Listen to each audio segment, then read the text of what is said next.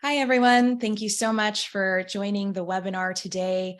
We are very excited to have with us again, Tom Wheelwright, the CEO of WealthAbility. We have a lot to cover, but before we get started, I just want to go over a few things. Tomorrow, we will be sending you all the recording.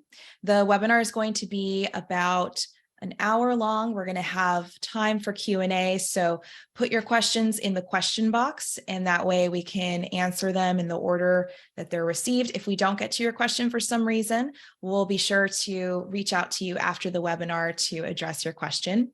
And you'll get an email tomorrow as well with all of Tom's information, any offers he's going to provide during the webinar. So if you miss anything, don't worry, it's all going to come to you tomorrow.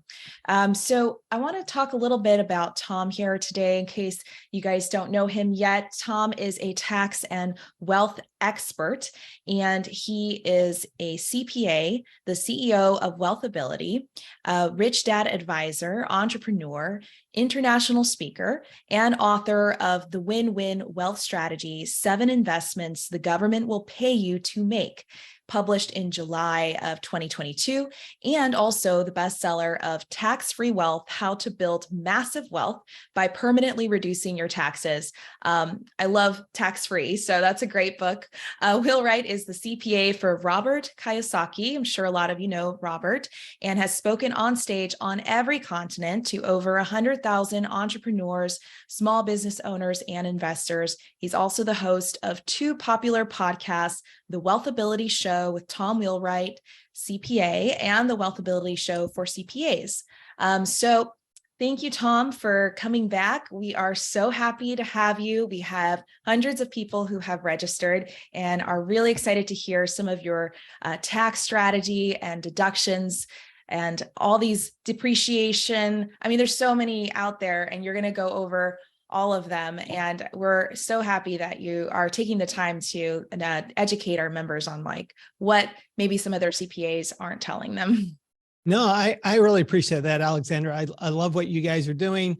I love that you're educating your members, particularly in the tax area, because this is an area that when you're in real estate, this is a good 50% of your return are the tax benefits. And if you're not taking advantage of that extra 50% return, if you're not doubling your rate of return by using tax benefits, then you're missing a lot. And if you have investors, your investors are missing a lot. So I very much appreciate that. So thank you so much for having me, Alexandra. Thanks so much for everything that AAOA is doing in the multifamily space. Really appreciate that. Just a little bit more about my background. So I grew up in Salt Lake City, Utah, spent 2 years learning how to get rejected in French when I was a missionary in Paris, and did my undergraduate at the University of Utah, my graduate in tax from the University of Texas in Austin, and then spent about 7 years with Ernst & Young, another 4 years as an in-house tax advisor for a Fortune 1000 company here in Arizona. And 14 years as an adjunct professor at Arizona State University in their Masters of Tax program, and bought, sold CPA firms for about 25 years. And for the last 5 years, I've been building a network of CPA firms around the US and in Canada, and we'll shortly launch overseas in the United Kingdom and Australia. Are the plans over the next couple of years. So this is just a topic that I think that too many people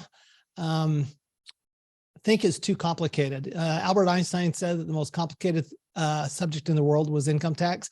So I'm really thrilled to be working with you and talking to you about how the income tax system really works, because that's really what it comes down to is once you understand the concepts. Now, the details are details, and are the details complicated? They are, and that's why you need a good tax advisor. That's why we have a network.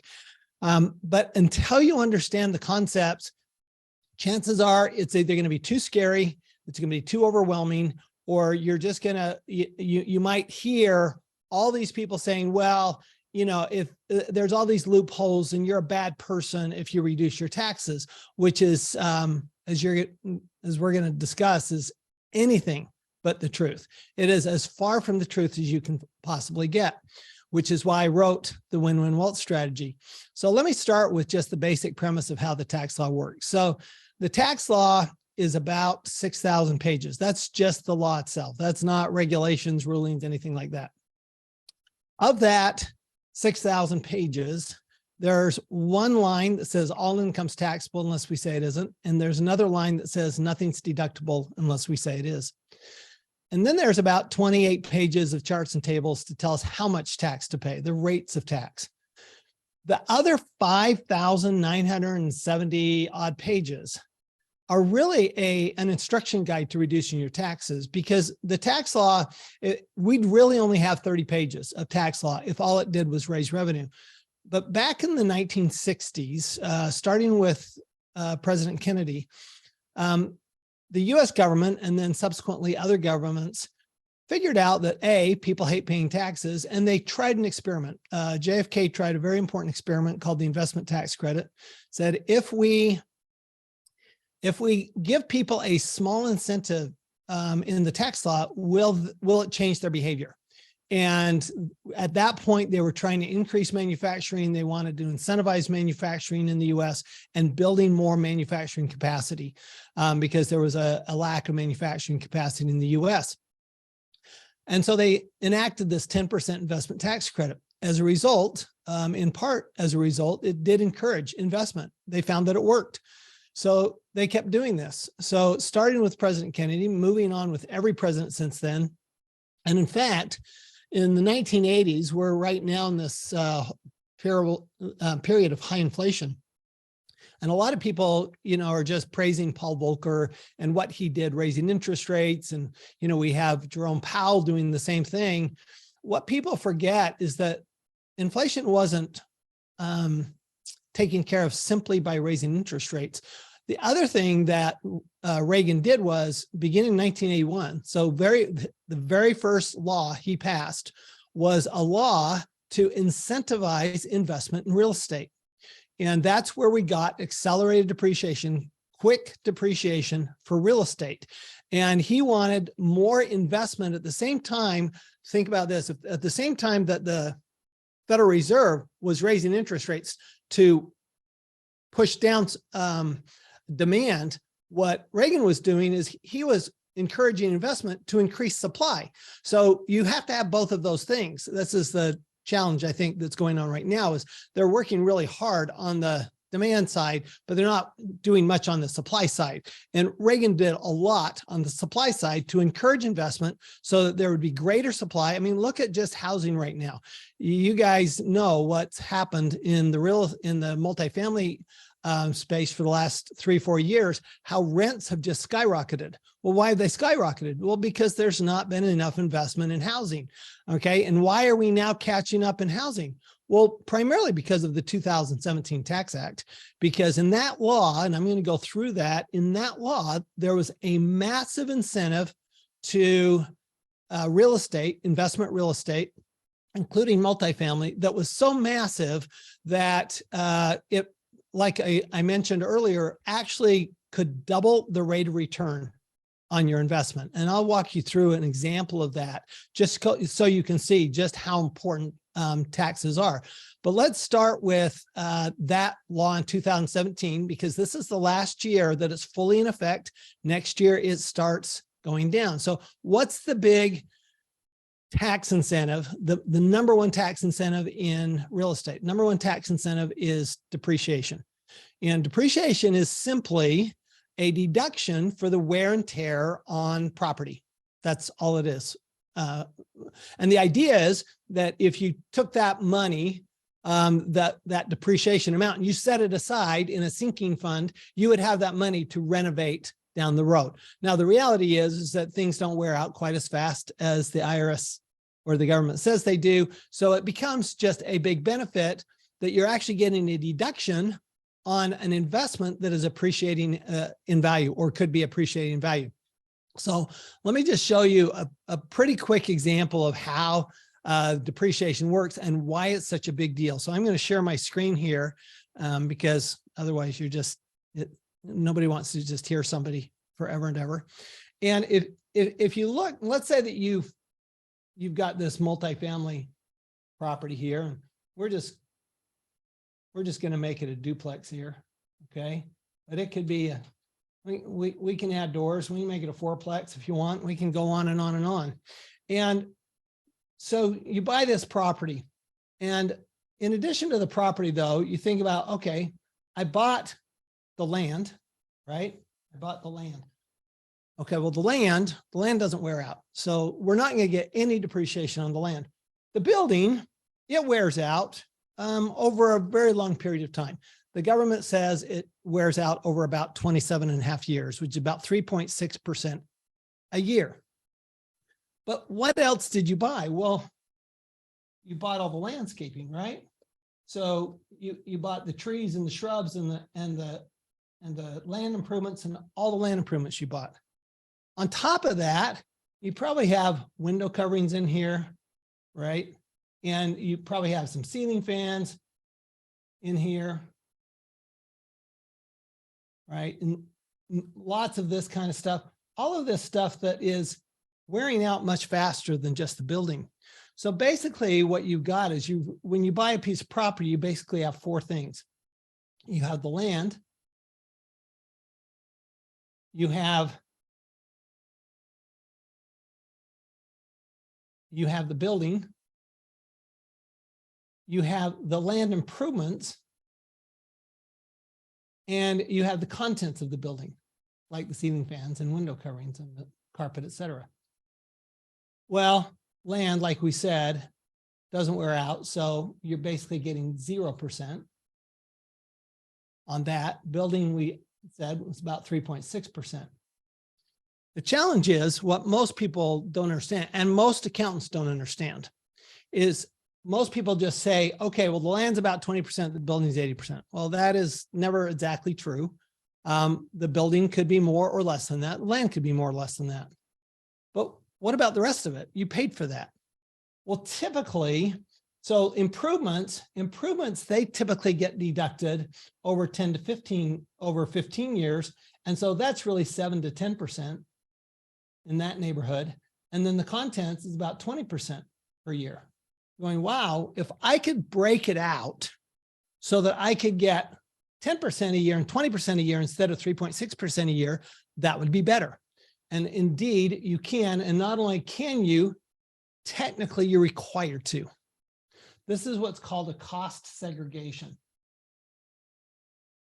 I have heard accountants say that a cost segregation is an aggressive tax benefit. I've heard other people say it's a loophole. It's neither of those. It is a very intentional benefit and is technically required under law. So a cost segregation, all it is you hire an engineer and a CPA, and they go in and they determine how much of the cost of this project is allocable to the land, the building, the improvements, land improvements, and the contents. There you go. Well, this is great. 7 to 10%, 20%, that's great. But what happened in 2017 was unique in history of the Internal Revenue Code in the US. Is what they did was they said, well, these amounts right here are going to be 100% in the first year. Now that goes to 80% next year, but it's 100% still in 2022. 80% in 2023, 60% in 2024, 50% in 2025. The other thing that changed is this bonus depreciation applies to used property. Historically, it's only applied to new property. Now it applies to used property. So you can literally buy a multifamily home project, close on it on December 31st, and take 100% depreciation on the improvements in the contents. Well, you go, that can't be that much. I have found on average that between the improvements and the contents, that's usually somewhere between 20 to 30% of the cost of the project. So let's take it, let's say this is $1 million project. So I got $1 million over here. Let's say I get 25%. That's $250,000 that's deducted in the first year. And you go, oh, then you have all these accountants and they'll say, well, wait a minute, that's going to be recaptured. First of all, maybe not. and I can explain that. But second of all, what's the most important thing that you want in real estate? You need capital and you need leverage. You need capital and you need leverage. So let's take this as an example. Let's say we got $1 million, okay? And that's the project. So we're going to break this down. So I'm going to go ahead and I'm going to take a picture of this just so that we have it. And now we're going to look at that $1 million. So here's what's happened. Think about that the bank. So you've got $1 million project. And let's say that the bank said, well, I'll loan you $800,000 on that.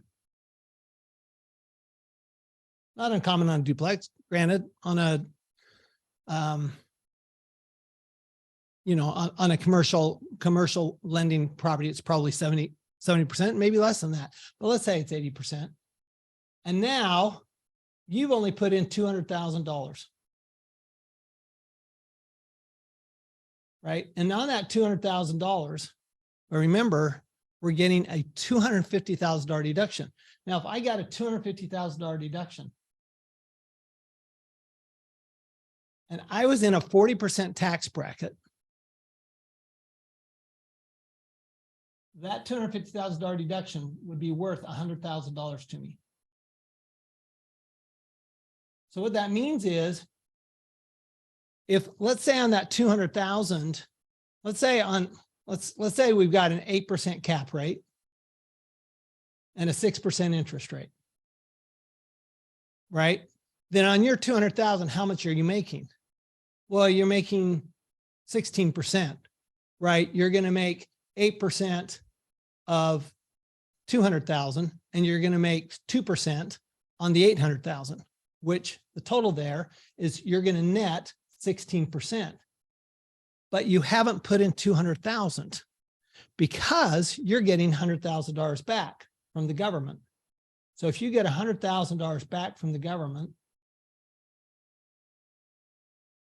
then that means you're only putting in 100,000.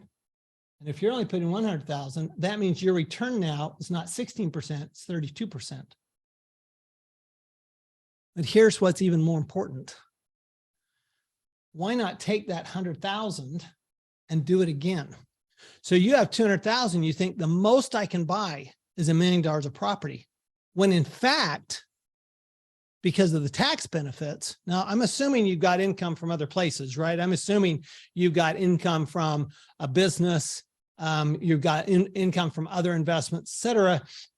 And you can use that $250,000 deduction, or your investors can use that $250,000 deduction. And by the way, we're going to talk about how your investors should always be able to use that $250,000. But first, let's talk about this. All right. So instead of investing 200,000, getting $1 million property, now I'm going to invest in 200,000. I'm going to get $2 million of property, because the government's gave me that $100,000 back. So I really, that's $100,000 I would have given to the IRS. Now, instead of giving it to the IRS, I get the money.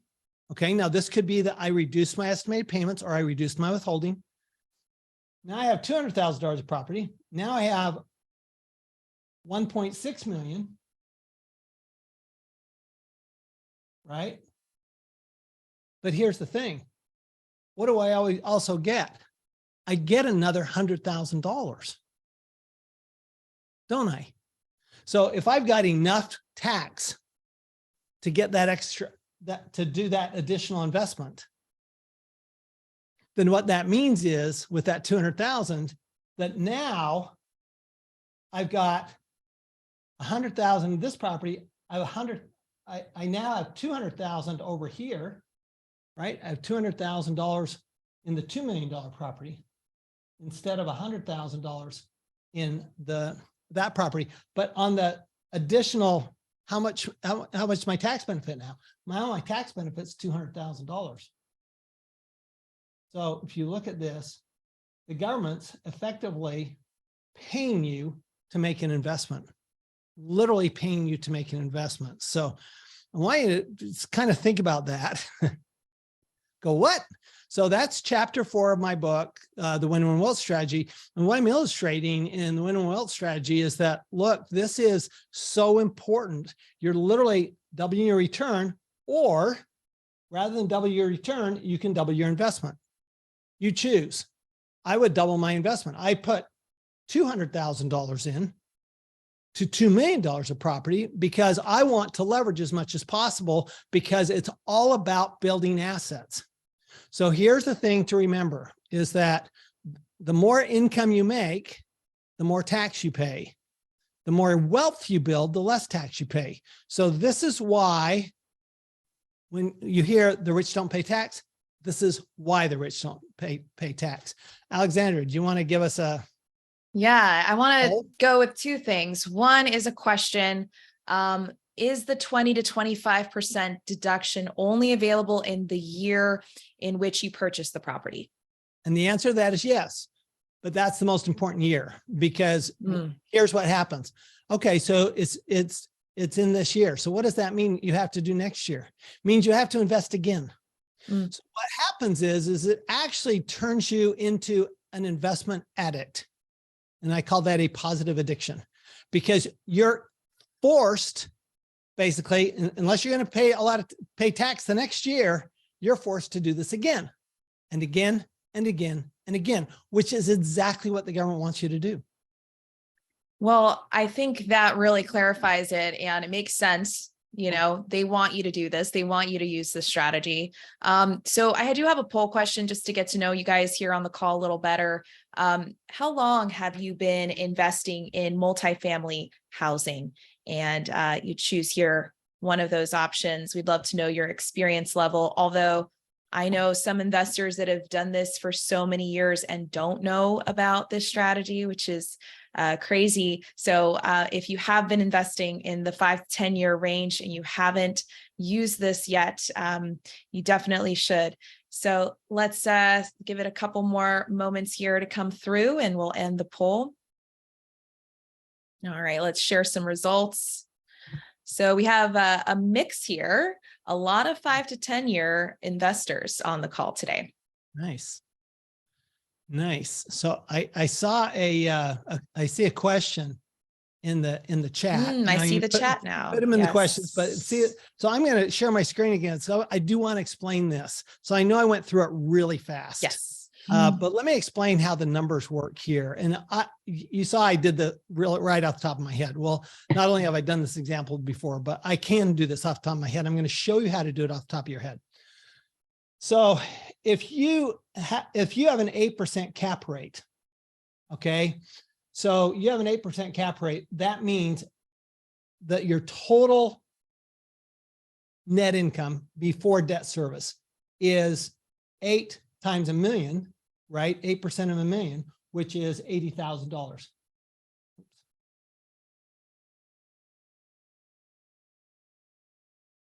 So it's $80,000. Your 6% of 800,000 is going to be $48,000, which means that you have $32,000. $32,000 divided by 200 is 16%. But I'll tell you how I do it, because I do it faster.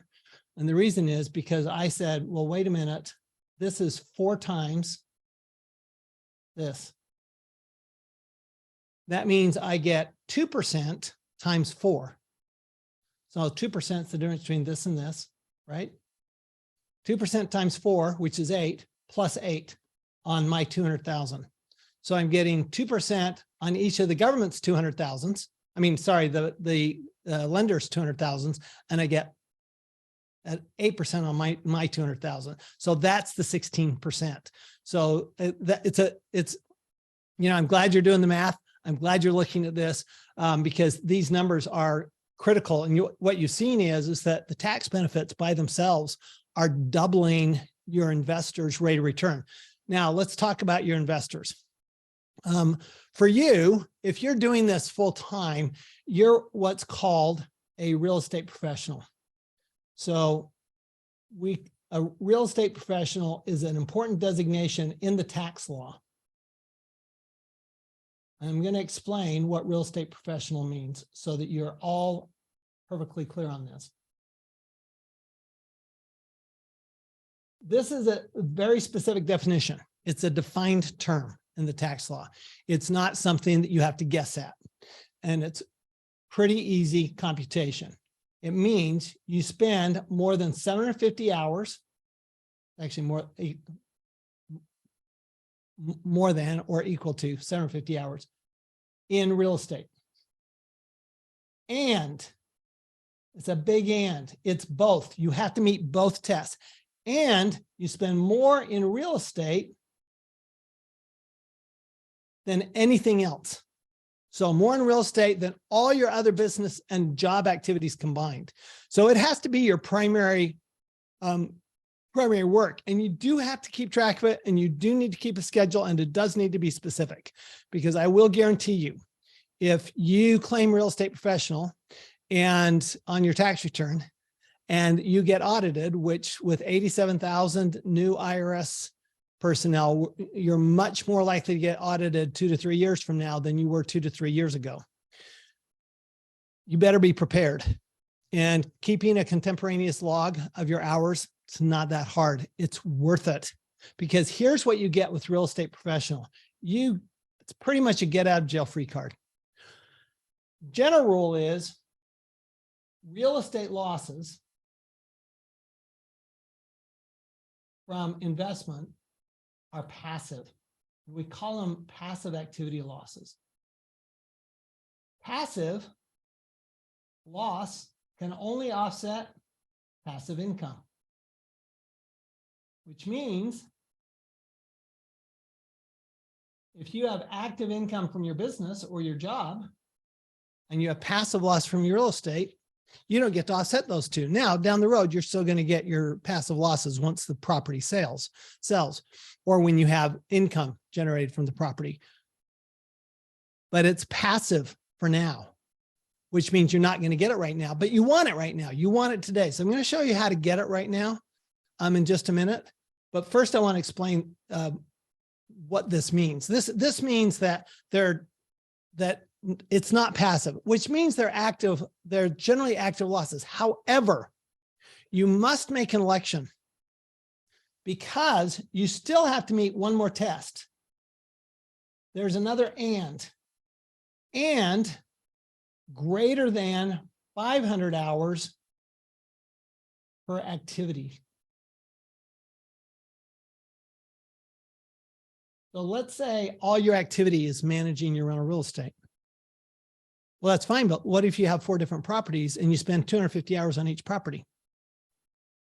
Well, that's 1,000 hours. That meets the real estate professional test, but that's 250 hours per property, and you may not meet the 500 hours test. So what do? You make an election, and the election is called a Section 469C7 election. And it aggregates or combines all of your properties into a single property. So therefore, instead of having 4 250-hour properties, you have 1 1,000-hour property or activity. It's considered an activity. Okay. Very important. You must make this election. If you don't make this election, there's a court case years ago on this. This poor woman, she was a nurse. She was a full-time nurse, and she proved she spent more time on her real estate than she did as a nurse. So she actually proved she spent 2,300 hours on real estate, even though she worked 2,200 hours as a nurse. She lost the case because she and her accountant did not make that election, because she had all these different properties and none of them were 500 hours. So that's a critical piece. But once you get that, okay, what does that mean? Okay, so that means you can offset active losses, but there is a new rule, and the new rule is very important. This new rule says, beginning in this year, is that your business losses, called the excess business loss rule. And it says business losses can only offset up to $500,000 of non-business income. What's non-business income? Well, non-business income includes wages. It includes interest. It includes dividends. It includes retirement income. So that means that if you have, let's say you have, make $1 million from a job, you can only offset 500,000, even if you're a real estate professional. Now that brings up a point. How could you possibly do that? Well, real estate professional, if you're married and you file a joint return, only one of you has to be a real estate professional to qualify. Now it's only that person's hours. So if you both work in it and one puts in 200 hours and one puts in 600 hours, you're not going to qualify. The person that's a real estate professional has to put in more than 750 hours in real estate. Now, if they don't have any other business activities, then that's fine. Then they meet it at 750 hours technically. Now, I would always suggest you'd be able to show 900 hours in case the government kicks out some of your hours on the audit, which they will try to do. But that means that you do have a limitation. All right, now I promised that I would show you to talk about what happens. How do you get this if you're not a real estate professional? Because some of you aren't real estate professionals. I'll give you an example. I love investing in real estate. I am never going to be a real estate professional. It's not going to happen. I love my, I love what I do, and I'm building this international network. I'm not going to be a real estate professional. My wife, she's a CPA also. She has her own CPA firm. She has no interest in doing real estate at all. So here's a couple of questions that came up I want to address right now. Does a real estate broker count as a real estate professional? It does. Even a real estate agent counts, by the way. You don't have to be a broker. Does real estate include construction as a developer builder? Absolutely. Now, remember, you still have two rules. So let's say you're a real estate broker and you spend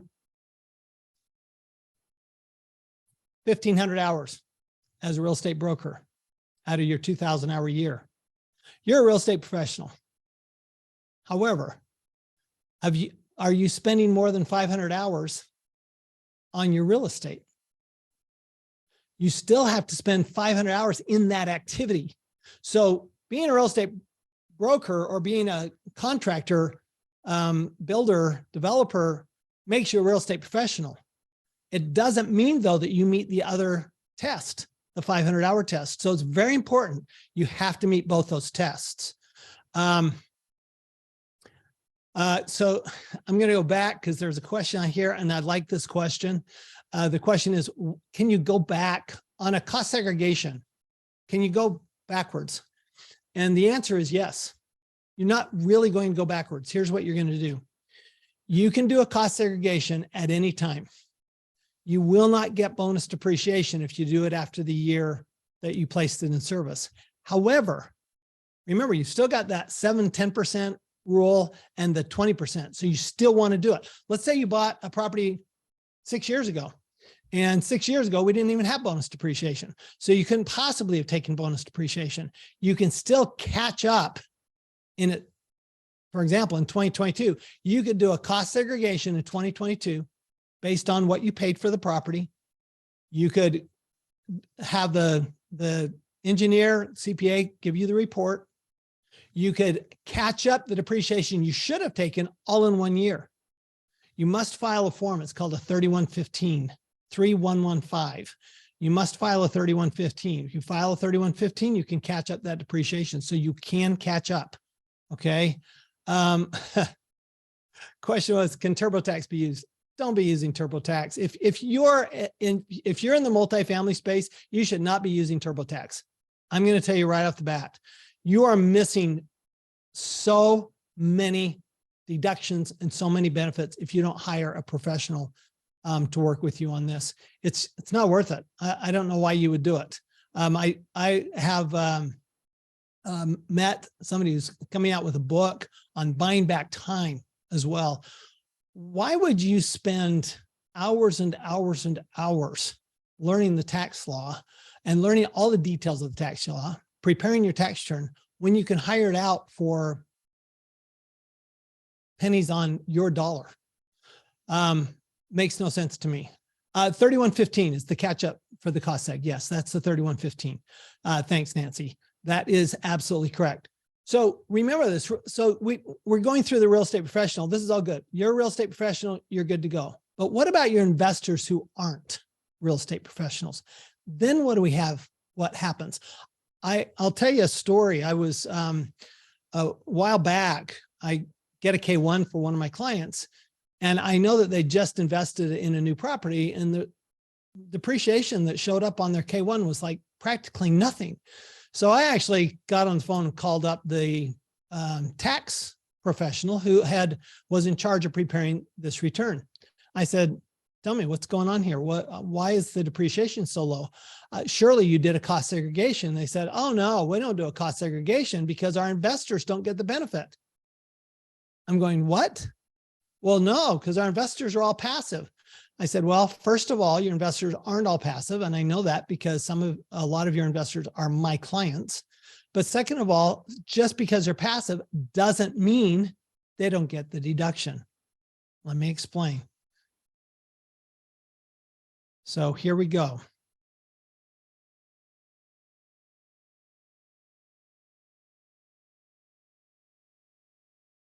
So remember, a passive activity loss can only offset passive income. We call it a PIG, passive income generator. So PAL can only offset a PIG. That's it. That doesn't mean if you don't have passive income that it's not deductible. Let's say you've got, let me give you an example, a very simple example. Let's say here you are, and you have a business that's an S corporation. It's you as the taxpayer. You also have real estate over here, right? You've got your LLC set up. You've got your different properties in here and your holding company. And you also own the real estate. This is your real estate.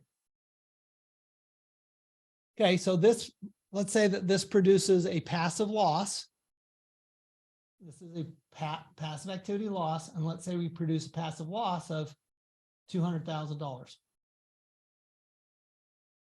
Right?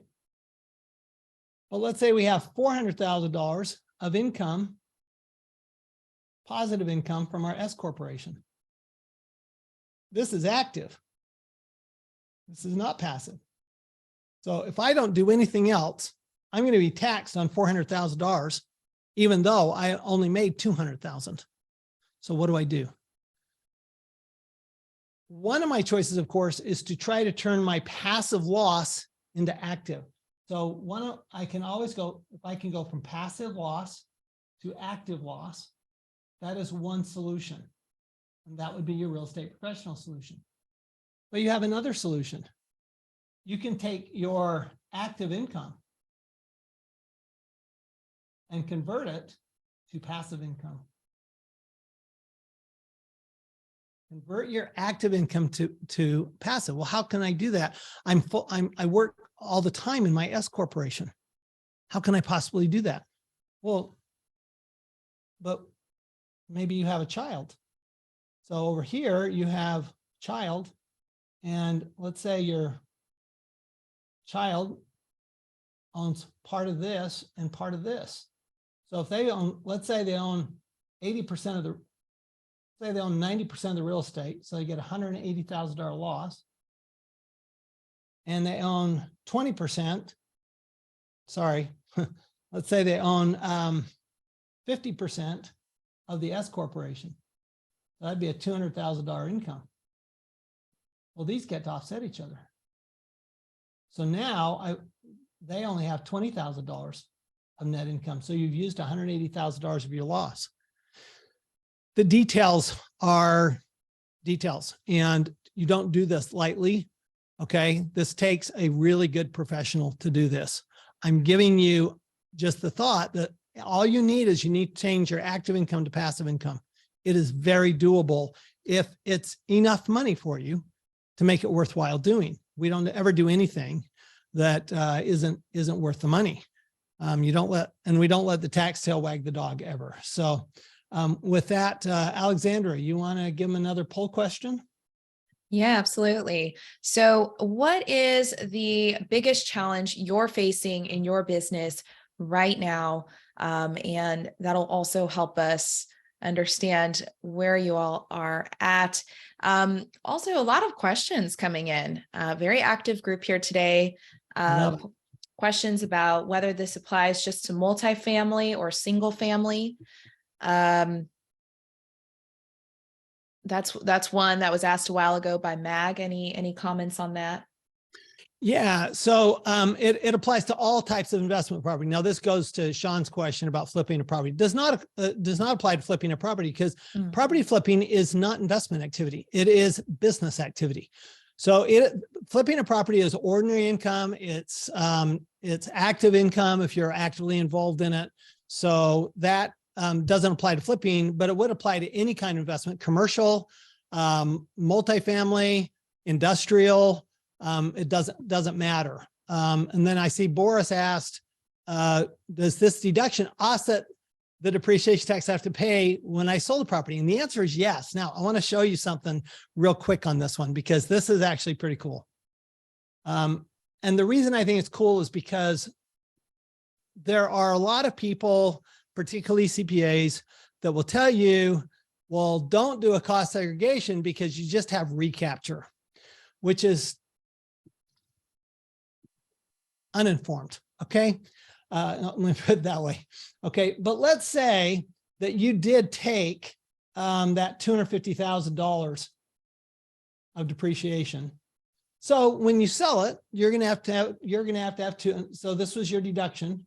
This is your depreciation deduction. And when you sell it, you're going to have $250,000. This is true. You're going to have $250,000, even if you sold it for the same amount you bought it for, of income. But here's the difference. So as long as you hold it for 5 years, what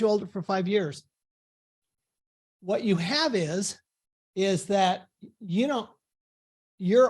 $250,000 is really, it's not related to your personal property. That is the contents, because the contents are fully depreciated. It's 5-year property. So you have no recapture on that.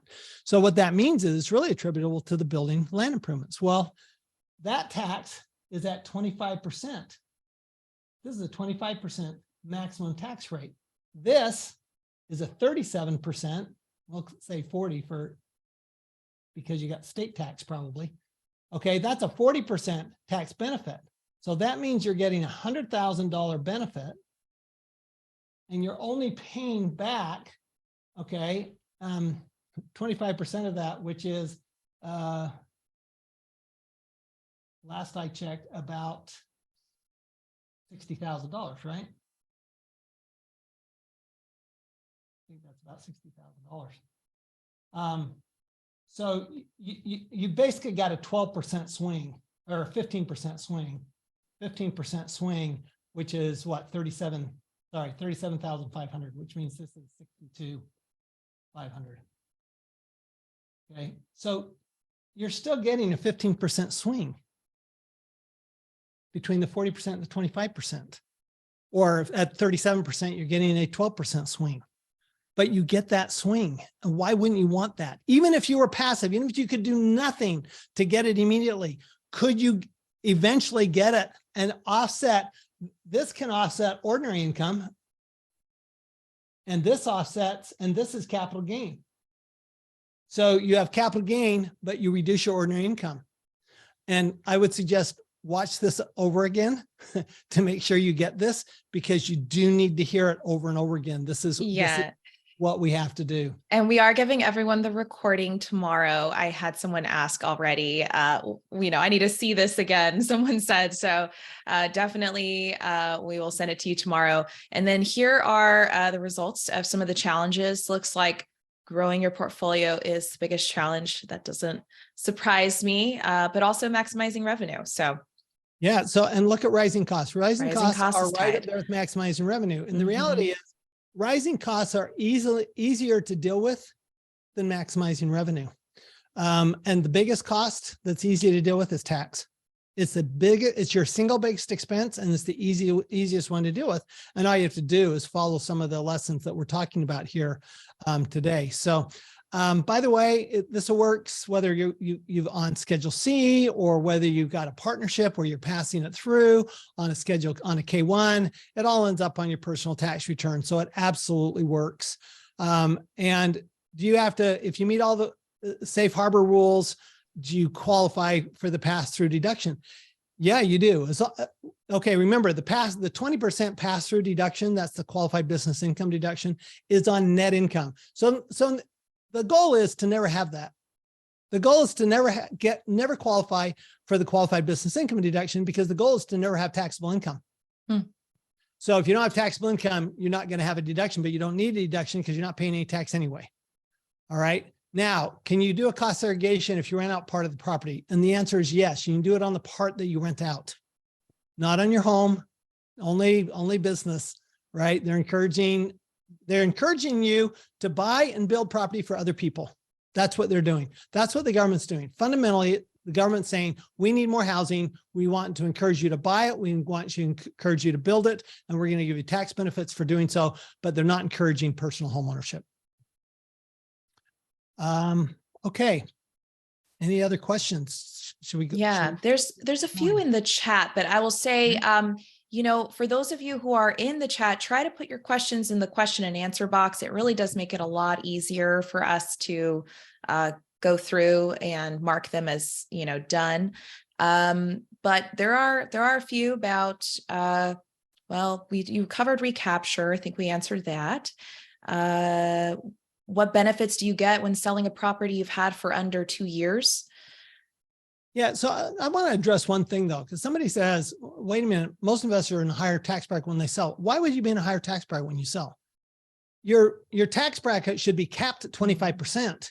You should be in a lower tax bracket when you sell, because capital gains tax is never higher than personal income, than ordinary income tax, ever.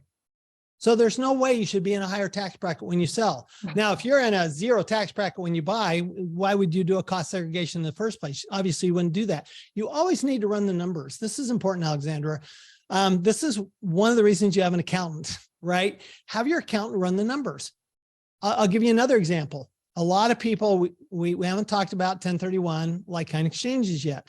People are always going, well, wait a minute, I need to do a 1031 exchange. Can I do that if I take bonus depreciation? And the answer is yes, with respect to anything except the contents.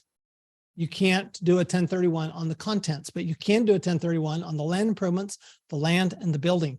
But here's the thing.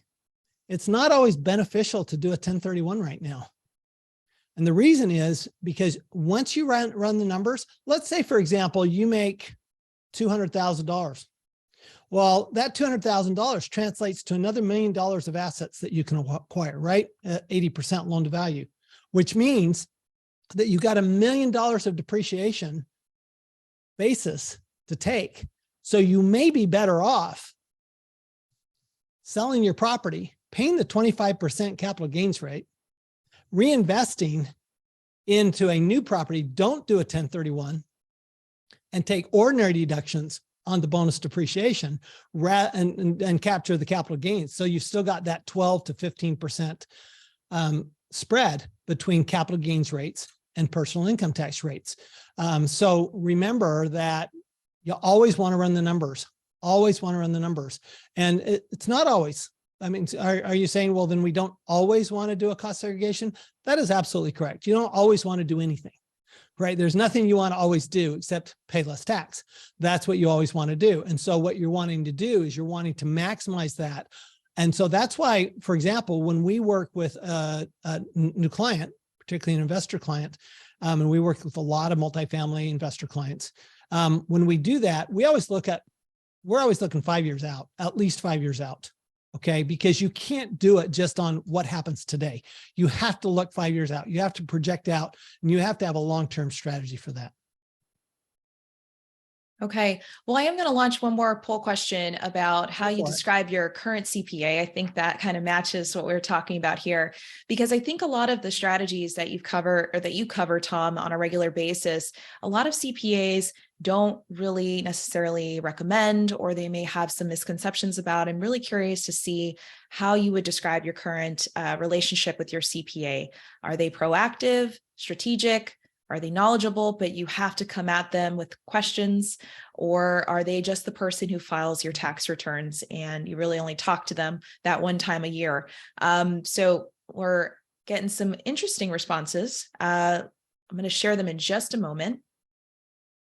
And I'm dying to hear this one. I'm curious too. Always curious. I'm always curious. And, you know, every crowd's a little different, but they're all pretty close.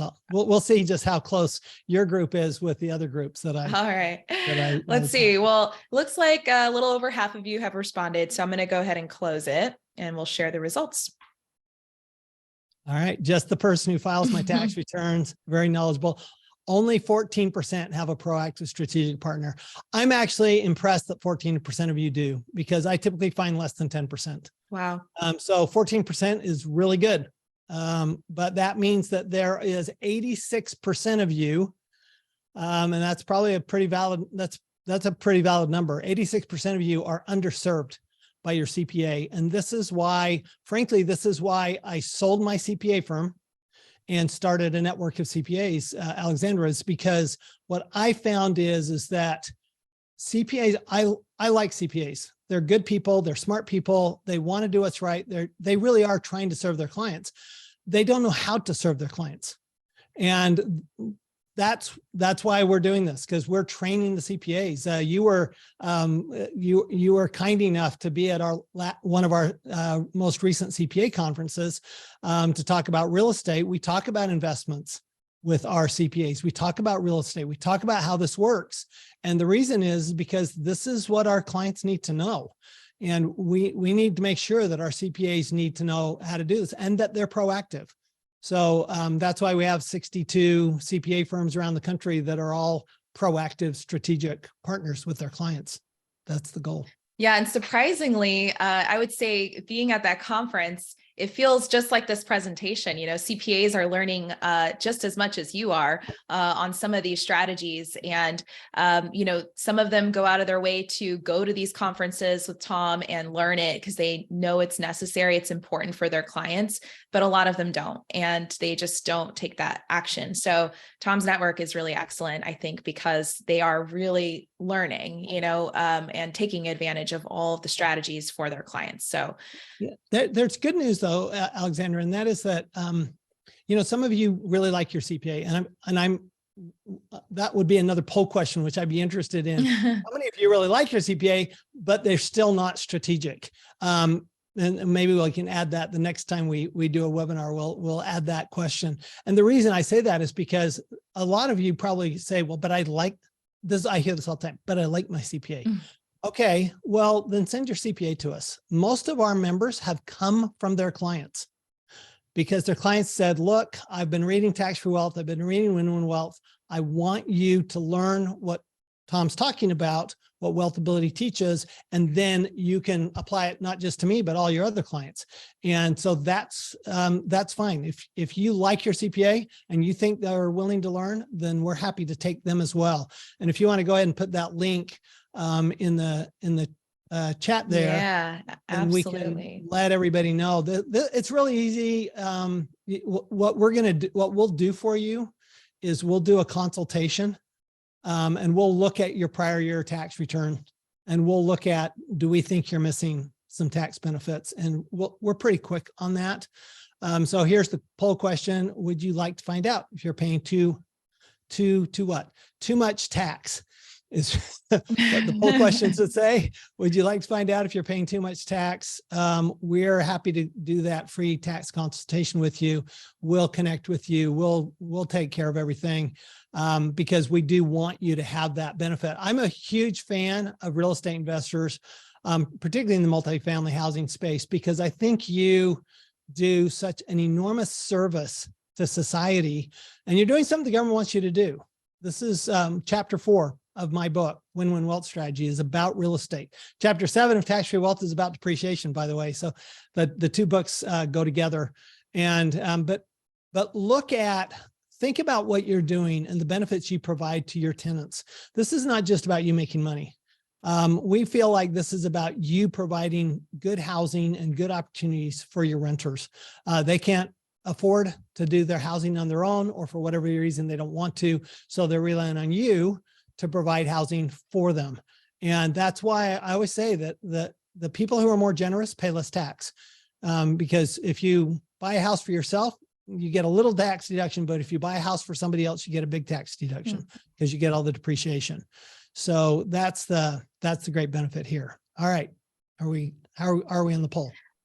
We are, let's see, about half participated. I'll go ahead and end it, but if you didn't get to answer the poll, it's okay, because the link is also in the chat that I put in there. So you can click that link now if you want to go ahead and schedule that. Tom, I know you have some more stuff to go over. If you have the time, and I know some of you have to get off the phone in a little bit, but if you have the time to go over anything else, like I know you were talking about some solar strategies and that kind of thing. I'm not sure if you want to still go over that.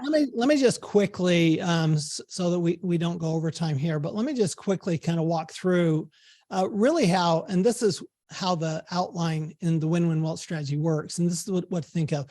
So the government provides tax benefits. The number one tax benefit that governments provide around the world is to business owners. But remember, when you're a real estate investor, you are a business owner. So you get all the business tax benefits. That's chapter 2 of Win-Win Wealth Strategy. Chapter 4 is about real estate. So now you add real estate on top of the business deductions. So now you also get the depreciation deductions, you get low-income housing credits, you get historic credits, all of those that are specific to real estate. Now, let's go to energy, which is chapter 5. And energy, now we're talking about, chapter 5, energy, and talk about solar. So now add solar to your multifamily housing. Think about adding solar to your multifamily housing. Now you get all the solar tax benefits. We now have a 30% tax credit and an 85% deduction for solar. So you put $100,000 solar panels on your multifamily, you get a $30,000 credit, which is dollar for dollar, plus 85% of that you still get to deduct in depreciation. And for 2022, that would be $85,000 deduction, which in a 40% tax bracket translates to about $34,000 of tax benefits. So you could end up paying a third of the cost of the solar. The government will pay the rest. So solar, if you're in an area like California, Texas, Florida, Arizona, some of the southern states, some of even the Midwestern or intermountain states like Utah, Colorado, solar can be hugely beneficial to you from a utility standpoint and help you reduce your utility costs at the same time getting huge tax benefits. So I just recommend go through all of Win-Win Wealth Strategy, and you'll just see that the benefits build on each other. And there's really, if you're a serious real estate investor, there's really no reason for you to be paying any significant amount of tax as long as you continue to invest. It's like I said earlier, Alexandra, you do become an addict. Our clients, they keep making money. I had one the other day says, well, maybe I should make less money. I said, you know how I feel about that, right? And he goes, yeah, I know. You don't ever want to make less money. If your CPA ever tells you, well, you just made a lot of money, that's why you're paying a lot of tax, you need to run as fast as you can from that CPA. You really do. Whether it's finding somebody in our network or someplace else, you need to find a CPA who specializes in real estate, who understands it is win-win wealth. Yes, Michael. Win-Win Wealth Strategy. It's I'm the author, Wiley is the publisher, and it's probably in your bookstore. Okay, it's certainly on Amazon, and it's in all the bookstores. So it's become a very popular book, and we're happy to have you learn any way you can. Again, I'm happy if you just, listen to my podcast or whatever you want to do. However we can serve is what we want to do. Yeah, this is Tom's book, by the way. I'm going to drop in here for you all the link over to his book site. So you can click to order the book from any place where you want. It's on all the different platforms. This is a fantastic book, and it is also included with your consult if you did say yes that you want to schedule one, or if you schedule one through the link that we provided. So if you want a free copy, you can totally get it. I have a copy. I've been getting started on it. I'm learning a lot. I think you guys will too. Yes, Joe, thanks for putting in the Amazon link. I know a lot of you guys love Amazon Prime, so you can get it even faster if you go through there. So yeah, let me go ahead and stop the share here. And any closing comments, Tom? Did you want to go over anything else today? No, I think we're good. But Okay. yes, if you book a call and you have to keep the call, okay, you can just booking it by itself. We're not going to be able to get you the book, but we're happy to get you a copy of the book. If you schedule and keep that call, we just want you to understand. We want you to have good context. We want you to understand what we're talking about when we do talk about taxes. And by the way, just one more comment on win-win wealth strategy. We looked at 15 different countries. This is not solely a US phenomenon. This is every country uses similar strategies, similar incentives. And once you realize that the tax law is a series of incentives, and particularly in real estate, now it's just a matter of getting into the details, getting a good advisor, and working in a system. Our CPAs, I don't know that, frankly, are they smarter than other CPAs? I think they're smart to be part of our network, but other than that, no, but they have a better system. We've developed a system for reducing taxes that works every time. As long as you do what you're supposed to do, your CPA does what they're supposed to do, you can reduce your taxes by massive amounts. Absolutely. And I do see there's still some questions in the chat, but I'm going to send these questions over to Tom and his team. They will be getting back to you. So don't worry if you didn't get your question answered. You have asked so many questions today, all of you, and I love the enthusiasm and the want to learn more about this. I think it's so important. Thank you, Tom. Again, we will be in touch tomorrow with the full recording and all of the links that you may not have gotten on the chat. So I will go ahead and send that over again tomorrow. Tom, until next time, we will see you. Have a happy holiday, and thank you for joining. Thank you. Bye, everyone. Take care. Bye, everyone.